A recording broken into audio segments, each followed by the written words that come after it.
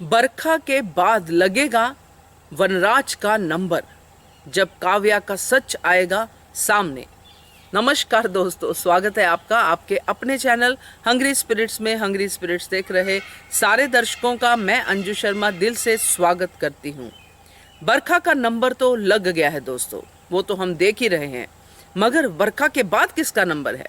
क्योंकि अब ये धीरे धीरे एक्सपोज होने वाले हैं सारे के सारे शतरंज के खिलाड़ी जो कॉन्फिडेंट हैं कि ये जो शादी है इसमें हम लोग बहुत इंजॉय करने वाले हैं। अनुज और अनुपमा की पीड़ा को हम इंजॉय करेंगे और अपना अपना फायदा सोचेंगे, मगर होगा इससे उल्टा, क्योंकि अब कान्हा जी दिखाएंगे अपना चमत्कार। ऐसा लग रहा है दोस्तों, क्योंकि जो काव्या दिख रही है, जो काव्या दिखा रही है, वो सच नहीं है, सच कुछ और है।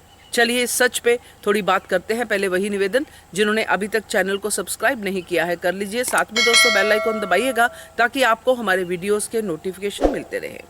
तो दोस्तों, काव्या जो चली गई थी चुपचाप घर से, जबकि हमने ये एक्सपेक्ट नहीं किया था कि काव्या ऐसे ही चुपचाप चली जाएगी और ये कह देगी कि अब ठीक है, जब साथ ही नहीं है, जब आपस में मिलना जुलना ही नहीं है, पति पत्नी का रिलेशन ही नहीं है, तो मुझे इस घर में रहना ही क्यों है।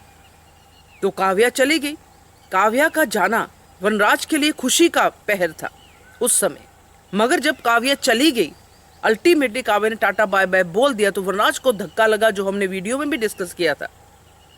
मगर अब काव्या वापस आई है और काव्या के साथ एक सच भी वापस आया है जिसको अभी कोई नहीं जानता है, सिर्फ काव्या जानती है।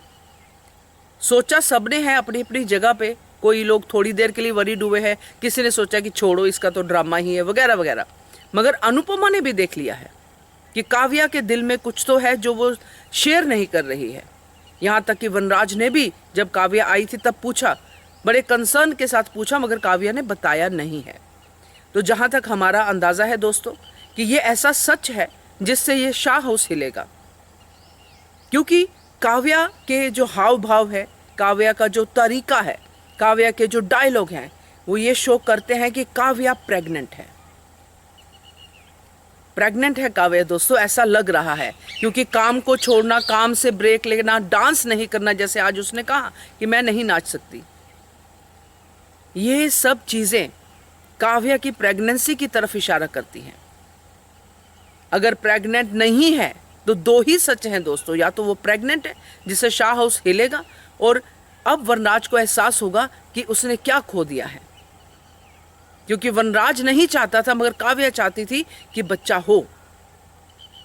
अब कौन से वीक मोमेंट्स पे ये सब स्पेस इन लोगों ने शेयर किया, ये भी आने वाला वक्त ही बताएगा, काव्या ही बताएगी। मगर इसके साथ साथ एक और चीज़ है दोस्तों, जो बहुत ही मुझे लगता है उसके चांसेस बहुत कम हैं, क्योंकि जब हम फ्यूचर में जाते हैं, लीप में जाते हैं, तो काव्या के साथ भी एक ऐसी सपोर्ट होगी जिसको कि हम देख सकते हैं कि शाह हाउस से जुड़ी हुई। क्योंकि जब काव्या के बच्चे की बात होगी तो बा का भी दिल जो है बच्चे की तरफ जाएगा, क्योंकि है तो वनराज का खून, बापूजी का भी जाएगा, यहाँ तक कि वनराज का भी जाएगा। तो जो अब तक अनुपमा बंटती आई थी दो जगह पे, अब जो है वनराज भी बंटेगा।